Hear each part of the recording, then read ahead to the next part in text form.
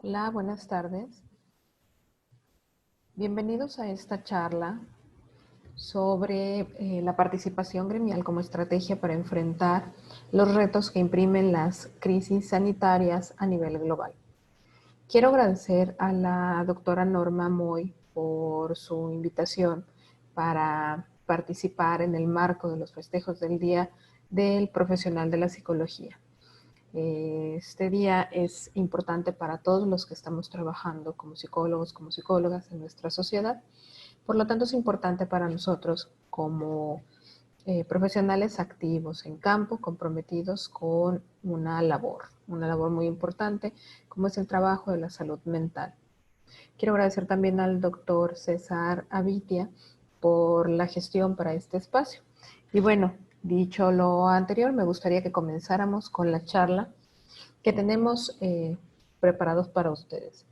Por supuesto que, como podemos apreciar, la representación que el día de hoy ejerzo es hacia los egresados de la Facultad de la Facultad de Psicología de la Universidad de Colima.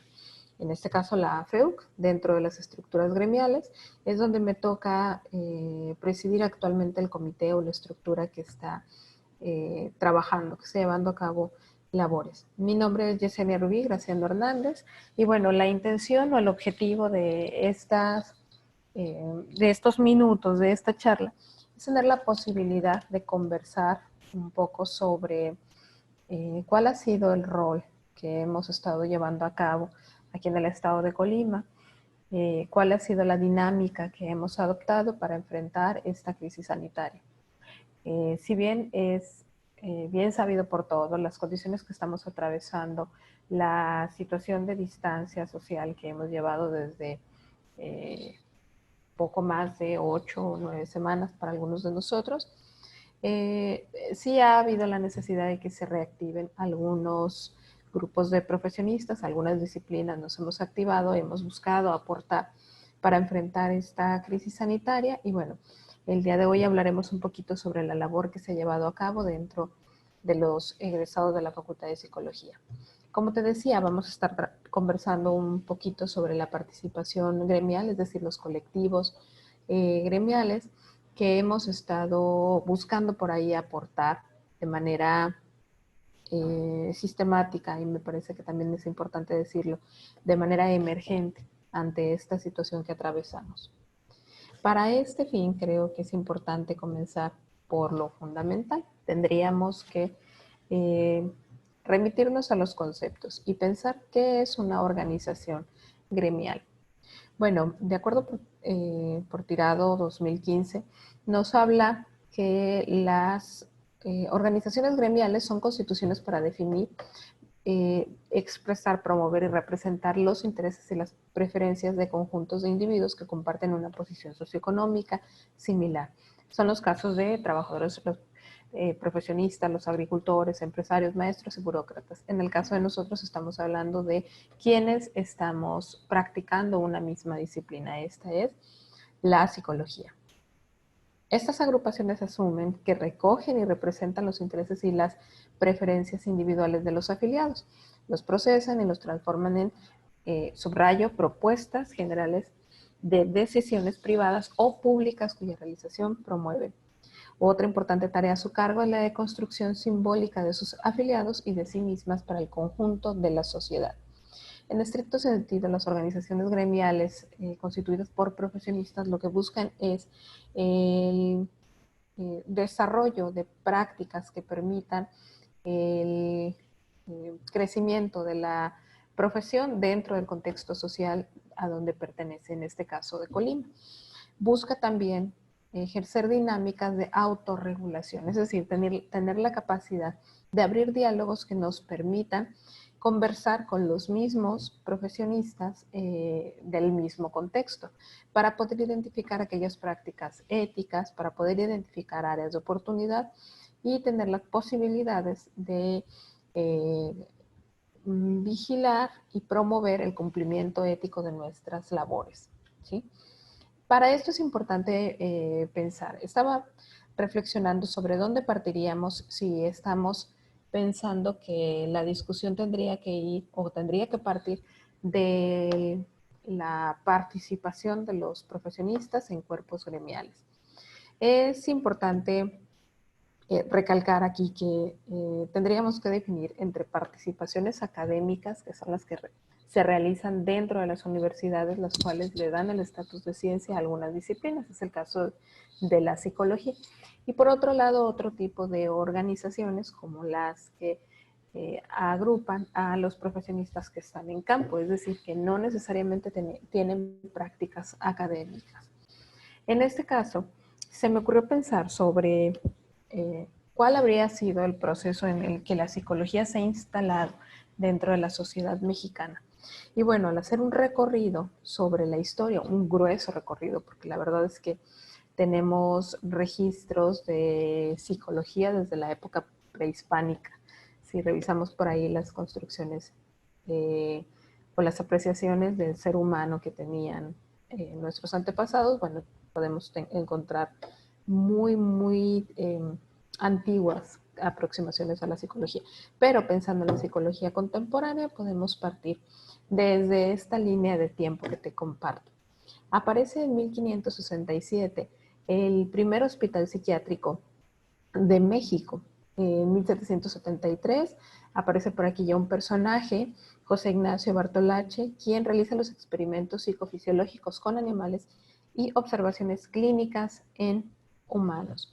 Para 1849, Teodosio Lares publica el libro de Psicología en México, Elementos de la Psicología. En 1870, Agustín Roa publica Consideraciones generales acerca de la enajenación mental, precedida de algunas nociones sobre facultades intelectuales. Para 1874, Plotino Rodacanti inicia la publicación del periódico Craneoscopio. En 1878, Porfirio Parra publica Ensayos sobre la patogenia de la locura. En 1884, Rafael Serrano publica Fragmentos de la psiquiatría óptica. Para 1896, Ezequiel Chávez funda la Cátedra de Psicología en la nueva escuela preparatoria. En 1896, José Alberti publica Tratamiento sugestivo de la locura. En 1901, Ezequiel Chávez publica Ensayos sobre los rasgos distintivos de la personalidad como factor de carácter mexicano. Para 1902, Enrique Aragón publica La Psicología. 1903, Ezequiel Chávez hace una traducción de la Psicología de la Moral. En la siguiente filmina podemos encontrar con una dinámica muy parecida a la anterior. Si observamos a detalle, podemos identificar que la gran mayoría de las aportaciones a la psicología moderna se han desarrollado en el campo académico, cosa, por supuesto, comprensible y hasta lógica y deseable. Para poder erigirse como ciencia, evidentemente tendría que venir dentro de las discusiones de quienes desarrollan el conocimiento en una disciplina. En este caso, los compañeros o la población científica del área. La parte interesante para mí dentro del discurso que te comparto son los siguientes elementos que pongo en negritas. En 1874 se genera la publicación o inicia a publicarse el periódico Craneoscopio, que era un periódico no necesariamente de corte científico, sino de divulgación de la psicología. Contra 1896, que Ezequiel Chávez funda la primera cátedra de psicología en la Escuela Nacional de Preparatoria. Ezequiel Chávez es un personaje importantísimo para la historia de la psicología porque termina por edificar una práctica académica de la psicología dentro de los programas formales. Deja de ser eventos esporádicos para convertirse en un programa dentro de una universidad.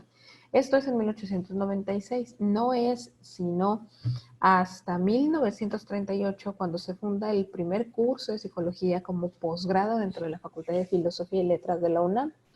Y bueno, en 1941 Aragón publica Plastimografía. Hay una parte interesante aquí. Entre 1896 y 1938, Ezequiel Chávez desarrolla la psicología dentro de las universidades Sin embargo, durante mucho tiempo fue acusado, especialmente por el personaje que aparece en las otras negritas anteriores, Plotino Rodacanti, como un personaje que empujaba la psicología positivista. Eh, Era algo esperado para la época. Sin embargo, al llevarlo de esta dinámica, deja de lado lo que nosotros tendríamos que ver como una participación gremial. La participación de Rodacanti se vuelca o gira la mirada hacia los contextos sociales, hacia los intereses o más bien los intereses que le llamaban era la psicología dentro de la comunidad, eh, de las comunidades indígenas. No así el caso de Ezequiel Chávez, quien incluso durante mucho tiempo ha sido tachado de racista y, bueno, discriminador, ¿sí? En ese caso, la parte que podríamos identificar es participación gremial hasta los años 50, 60 realmente ha sido menor. Aquí en Colima, en realidad tendríamos que estar pensando que la participación gremial, así como tal, comienza en el año 2017, con la constitución del Colegio de Psicólogos del Estado de Colima.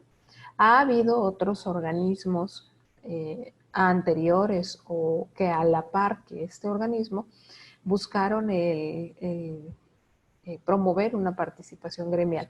Lo cierto es que los diversos organismos se han estado debilitando, en tanto que el organismo del Colegio de Psicólogos del Estado de Colima ha tratado de llevar cierta inercia en la que hoy en día, bueno, pues está muy activo y está vinculado incluso con diversas instituciones. Interesante, está vinculado con instituciones de tipo académico como las universidades, pero también tiene su desarrollo muy cercano con los cuerpos de profesionistas en campo, quienes no necesariamente están dentro de la educación.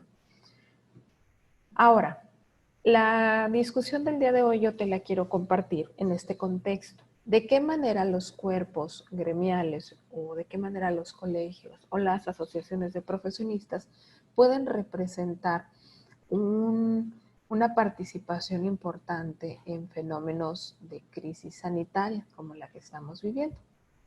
Bueno, quisiera comenzar por hacer una pequeña precisión que creo que para la naturaleza de la discusión viene más que necesaria. Las pandemias son y deben ser consideradas fenómenos sociales. Si bien es cierto, parten de una discusión en torno a lo biológico o a lo físico, lo cierto es que toman fuerza en la medida en la que se encuentran preparadas las masas en las que se propagan los virus. En este caso, estar hablando del coronavirus y del efecto como la enfermedad conocida como COVID, es importante considerar que mientras más recursos tenga la sociedad para enfrentar este tipo de crisis o más preparados estén o tengan un cumplimiento total de sus garantías o sus derechos, el efecto de este virus no tendrá la misma consecuencia que en otros donde no tengan cumplimiento o no existan recursos, no tengan cumplimiento de sus derechos o no existan recursos. Me gusta citar una frase del epidemiólogo Singer Merry. Él tiene una frase que a mí me parece muy interesante para cuando hablamos de cuál es la vinculación de los psicólogos. Merrill decía, lo social es igual de importante que la medicina cuando estamos hablando de pandemias, porque las epidemias son fundamentalmente sociales. En este caso, comparto por aquí una imagen de 1657 de Domenico Gargiulo, quien hace una representación de la plaza de mercado de Nápoles durante la peste de 1657. Lo traigo a colación para vincularlo al comentario o a la frase de Singer Merrill. Esta imagen es de 1657. Si nosotros nos ponemos a googlear efectos del COVID-19, probablemente vamos a encontrar escenas similares a estas en China. Gente cayendo en las plazas públicas porque los sistemas colapsan, porque su cuerpo no resiste la enfermedad y entonces caen.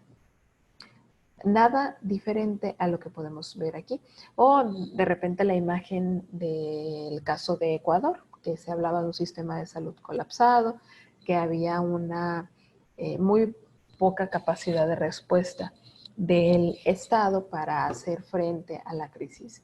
Nada diferente de la pintura de 1657. ¿Sí? En ese caso, en un contexto donde las epidemias en contacto con las masas ponen en crisis o ponen en situación problemática a la estructura social que compone a cualquier ciudad, a cualquier estado, sí cabría la posibilidad de preguntarnos cuál sería la dinámica que llevaríamos a cabo como psicólogos, como psicólogas, ante situaciones de crisis sanitarias como las anteriormente descritas. Me resulta a mí interesante y quisiera traer a colación una conversación que llevamos a cabo hace un par de semanas con la Comisión Estatal de Derechos Humanos. Había una mesa de trabajo donde un conjunto de profesionales de la psicología estuvimos discutiendo un rato sobre los retos en temas de salud mental.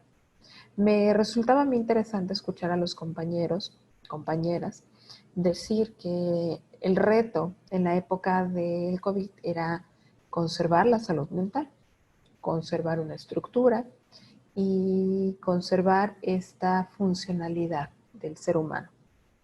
A mí me resultaba interesante porque primero tendríamos que remitirnos a preguntarnos, a ver, ¿qué estamos entendiendo por salud mental? ¿Desde dónde estamos partiendo? Y a partir de ahí cruzarlo con el contexto social que describíamos de este lado. Bueno, la OMS señala como definición de salud mental, la define como un componente integral y esencial del concepto de salud general. Habla incluso que dentro de su constitución se refiere a ella como un estado de completo bienestar físico, mental y social, y no solamente como la ausencia de afecciones o enfermedades dentro del cuerpo. En ese caso, la OMS reconoce como salud mental un estado de bienestar para realizar las capacidades de desarrollo, una capacidad o un estado de bienestar que te permita enfrentar un cuadro de estrés normal, la capacidad para trabajar productivamente y la capacidad para contribuir a la comunidad. En ese sentido, revisando las 4 vertientes de salud mental que identifica la OMS, podríamos pensar que existen 3 esferas para determinar la salud mental. Una tendría que ver con el desarrollo normal o dentro de la norma del ser humano. También la capacidad de productividad, la posibilidad de contención ante situaciones y demandas de la vida diaria y la capacidad de conexión, es decir, tener las posibilidades de vincularnos y contribuir a la sociedad. En ese sentido, subrayo el cuadro, señalo con un cuadro, el apartado que habla sobre la contención ante situaciones críticas de la vida, subrayo, normal. En ese sentido, ¿qué tan normal puede ser el estrés que genera una situación atípica y sin precedentes como la cuarentena, como enfermedades para la cual no hay ni vacuna, ni siquiera una descripción entera y completa para entender el fenómeno? Ante una situación de total novedad, lo único que queda enfrente de nosotros es la incertidumbre. En ese sentido, podríamos estar pensando que nos enfrentamos a una demanda particular esta demanda deja de estar dentro de cualquier situación normativa, ¿sí? El estrés que experimentamos, por lo tanto, no es un estrés normal. Estaríamos hablando de un estrés incluso superlativo por la dinámica que estamos llevando, donde la incertidumbre puede ser mayor. Me llama a mí la atención cómo la dinámica de estos días ha sido llevar todo hacia una balanza, tratar de jugar con los equilibrios. Por un lado está una situación que desestructura, es decir, nos priva de la agenda diaria que eventualmente nos podría ayudar a tener cierto sentido de nuestra vida, cierta conciencia de quiénes somos. Nos priva de los escenarios y los contactos que a diario llevamos a cabo, sea en escenarios laborales o en escenarios académicos.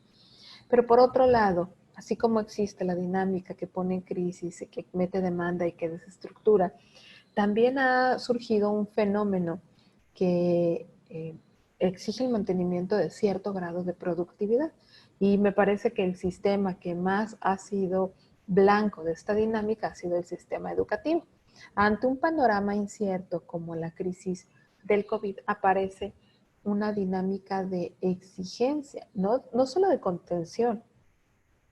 Estamos hablando que la salud mental implica el desarrollo o la productividad, la conexión con los otros y la contención ante situaciones normales.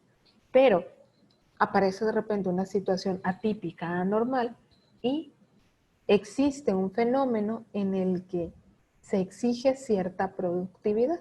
Y bueno, en el ambiente educativo laboral, para quienes estamos trabajando en esos escenarios, es donde aparece con mayor frecuencia este llamado a la productividad o a la no detención. Cosa interesante porque tenemos posiciones encontradas allá afuera de gente que está diciendo, ojalá termine la cuarentena porque no puedo hacer aquello que estoy acostumbrado a hacer y lo que le da sentido a mi vida. El encontrarme con los otros, el estudiar, el salir, el contactar gente. Y entonces hay gente que dice, ojalá termine la cuarentena porque me siento mal. Pero hay gente por acá que dice, bueno, la cuarentena no termina, pero yo sigo produciendo, sigo entregando resultados, sigo yendo a la escuela, sigo trabajando desde casa, pero lo hago, ¿sí? El reto entonces es muy particular y no es tan sencillo como asumir que tendríamos la respuesta para esa contención o para esa estructura faltante, ¿sí? Quedan algunas preguntas en este panorama.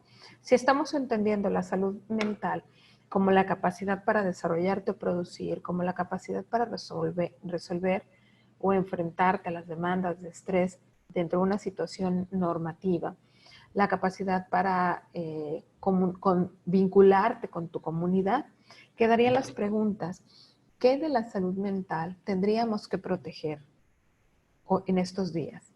Tendríamos que enfocar todos nuestros esfuerzos en la capacidad de afrontamiento de estas demandas.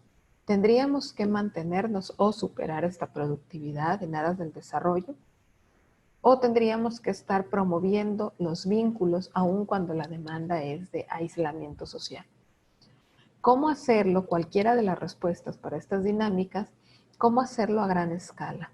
A gran escala y de manera virtual, porque finalmente no tenemos el contacto físico. ¿Cómo hacerlo desde fenómenos de distancia social? Esto de lo que estamos hablando. No está la persona físicamente. ¿Tendría esto que incidir en la desconexión y generar un trastorno de la salud mental? ¿Cómo podemos generar estrategias para resolverlo? ¿Con qué antecedentes contamos para hacer frente a estas crisis? Tenemos recursos, hay capacidad de organización, existe la posibilidad de desarrollar una estrategia que sea no solo emergente, sino estratégica y articulada. Ahora, habría que considerar que hay deudas pendientes. Estamos hablando por este lado que hay una situación crítica, que hay una situación atípica, donde no hay cura para el COVID, donde no se ha terminado de comprender el virus, que viene a afectar, por lo tanto, nuestra salud mental, en el entendido de que Bueno, tendremos que desarrollar nuestras estrategias para enfrentar las demandas. Tendremos que mantenernos productivos y creciendo. Y tendríamos que mantenernos vinculados. En estricto sentido, la pandemia por lo menos estaría afectando cada una de estas esferas. La producción, la conexión, como la capacidad de contener nuestras propias emociones ante las demandas externas. En ese sentido, tendríamos que pensar que la situación no es sencilla, porque cuando llega el COVID nosotros no estamos en una situación al vacío. Nuestro tema de salud mental ya tenía una deuda pendiente y esa deuda pendiente existe incluso antes del COVID. Me parece que no es sujeto a la salud mental, sino a todo el fenómeno de la salud en general.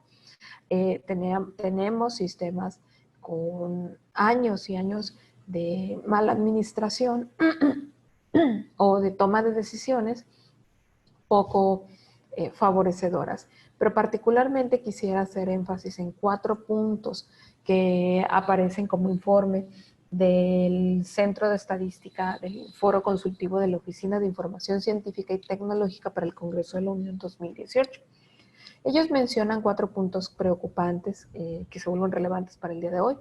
Dicen, menos del 2% del presupuesto para la salud está dirigido a la salud mental, cuando la OMS recomienda que sea entre el 5 y el 10%. Nosotros tenemos apenas un 2%.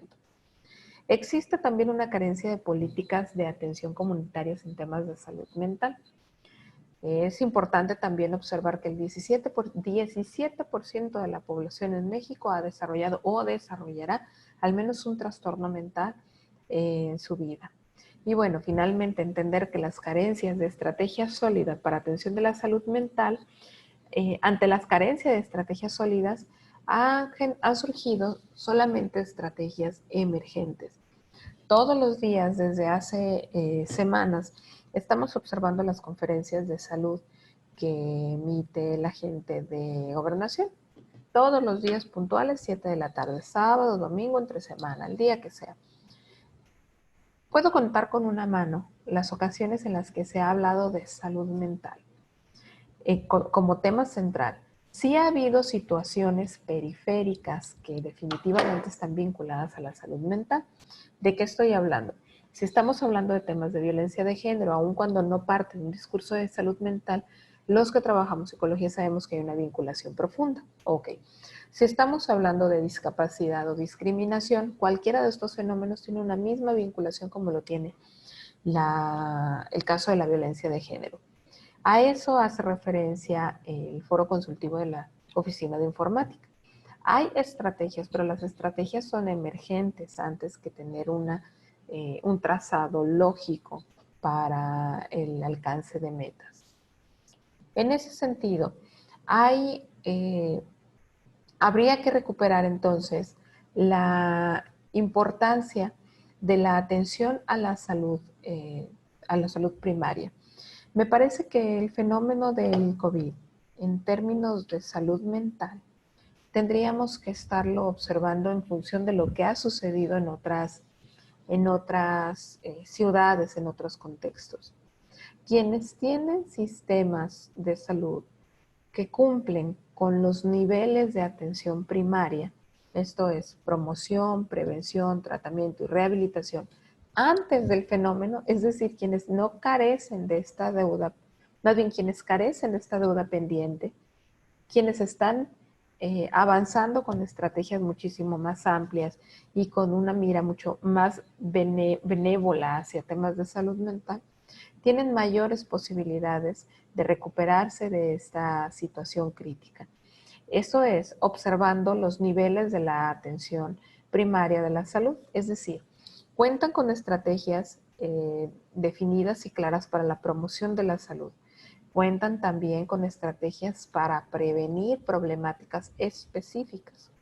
Cuentan con esquemas de tratamiento para fenómenos de naturaleza de salud mental y finalmente cuentan con sistemas de rehabilitación de corte psicosocial. Y bueno, importantísimo no perder de vista que de esa forma también se tendrían que apoyar las estrategias para la atención de las comunidades. En ese sentido, cabe la siguiente pregunta. ¿Cómo podríamos incorporar la salud mental a la atención primaria? Bueno, se nos ocurren a nosotros dentro de la Asociación de Egresados de la Facultad de Psicología 3 retos. El primero de ellos tendría que ser activación de los gremios profesionales. Esto es por lo siguiente. Si bien es cierto que dentro de cada, dentro del Congreso, dentro de cada legislación, aparecen grupos de políticos que se dedican a impulsar ciertos campos temáticos. Estos son las comisiones, la de salud, la de procuración de seguridad, la de educación.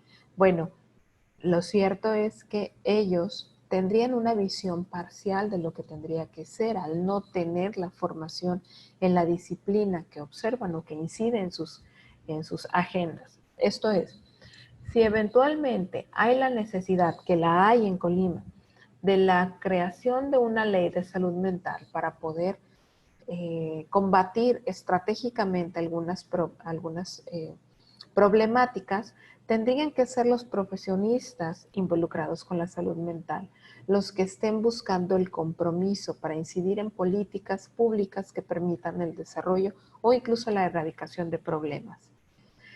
Un segundo reto tendría que ver con la concepción de la salud mental más allá del modelo médico para entonces migrar a una visión psicosocial.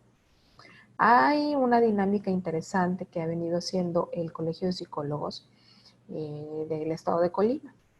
A raíz de la crítica que emite una asociación civil sobre una ley de salud mental federal que está a punto de promulgarse, donde la ley es acusada de violatoria de derechos humanos, el Colegio de Psicólogos del Estado de Colima contacta a personal de diversos grupos de activistas.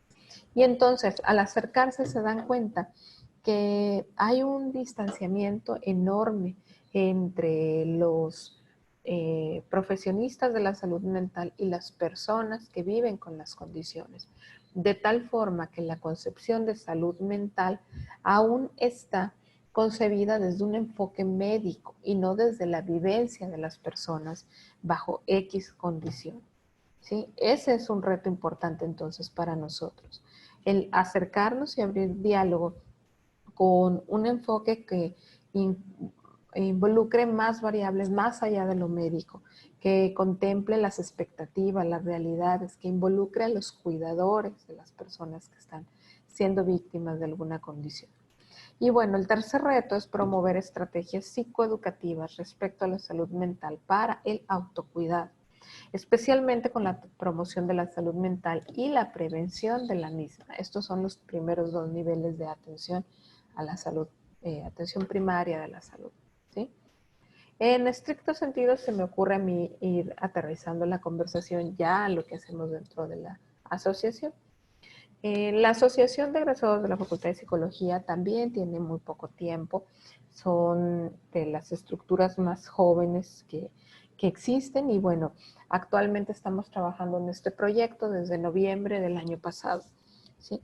Estamos agrupados 18 profesionistas, sin embargo estamos convocando para la constante afiliación todos los días, puesto que es convocatoria abierta. ¿Sí? ¿Qué hemos estado trabajando? Bueno, les compartía que desde noviembre del año pasado estamos figurando como colectivo con esta dinámica. Es decir, hubo otro comité que nos precedía, pero nosotros ahorita estamos trabajando desde noviembre. En ese sentido, hemos tenido acercamiento con la gente del Congreso del Estado para abrir diálogos sobre salud mental. Lo cierto es que la cuarentena también ha vuelto lentas las cosas en grandes medidas. Pero bueno, nosotros tenemos por ahí acercamiento con la Comisión de Salud y bueno, estamos buscando que se abra el diálogo para ver las posibilidades de desarrollar una agenda al interior del Congreso de tal forma que nos permita impulsar estas políticas de las que venimos hablando. ¿Qué sucede con la salud mental en Colima? ¿En manos de quién está? ¿Quiénes toman decisiones? ¿Qué sucede con el presupuesto? ¿Cómo nos acercamos con las personas que están bajo alguna condición? El reto número 2 tiene que ver con la concepción de la salud mental más allá del modelo médico. Para esto, bueno, nosotros hemos buscado por ahí el acercamiento con activistas del Estado y también fuera de él.